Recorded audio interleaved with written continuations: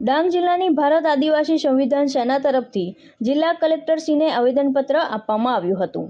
આવેદનમાં આહવા, વાઘઈ તથા સુબીર તાલુકામાં આવેલ કુમાર તથા કન્યા છાત્રાલયો લાંબા સમયથી બંધ હોવાને કારણે વિદ્યાર્થીઓએ રહેઠાણ અને ભણતર માટે મુશ્કેલી અનુભવવી પડી રહી છે।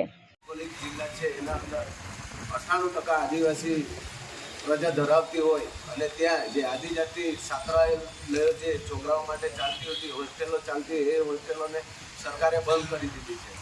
જો એ હોસ્ટેલોને જો તાત્કાલિક ધોરણે ચાલુ કરવામાં નહીં આવશે તો આવનારા દિવસોના અંદર ખૂબ ખરાબ પરિણામ આવશે। કેમ કે આજે જે હોસ્ટેલોના અંદર જે કર્મચારીઓ કામ કરતા હતા, જે સફાઈ કર્મી હોય, જે તમામ જે કામદારો છે, એ કામદારોને આજ દિન સુધી પગારો પણ આપવામાં આવી નથી અને સરકાર મોટી મોટી વાતો કરે છે। તો આજે અમે અહીંથી આ મીડિયાના માધ્યમથી અમે મેસેજ માંગવા માંગીએ છીએ સરકારશ્રીને કે 5મી અનુસૂચિત વિસ્તારના જે સંચાલન કરનાર છે, જે એ ભારત દેશના રાષ્ટ્રપતિ છે અને ગુજરાત રાજ્યના રાજ્યપાલ છે। દરેક રાજ્યના રાજ્યપાલ 5મી અનુસૂચિના વહીવટ કરે છે અને કલેક્ટર સાહેબ શ્રી વહીવટ કરે છે।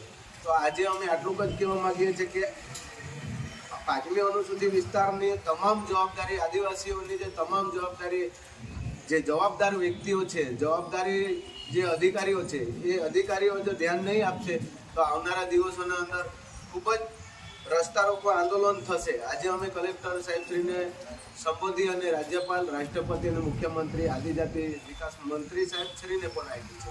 તો તાત્કાલિક ધોરણે આ છોકરાઓના ભવિષ્યના સાથે જે ખેલવાડ કરે છે, આના પર તાત્કાલિક ધોરણે ધ્યાન આપે અને તાત્કાલિક જ એ લોકોનો હુકમ કરે। 10 દિવસના અંદર એનું નિરાકરણ અમને જોવા ના મળે તો આવનારા દિવસોમાં ઉગ્ર આંદોલન થશે। એની તમામ જવાબદારી સરકારી તંત્રની રહેશે।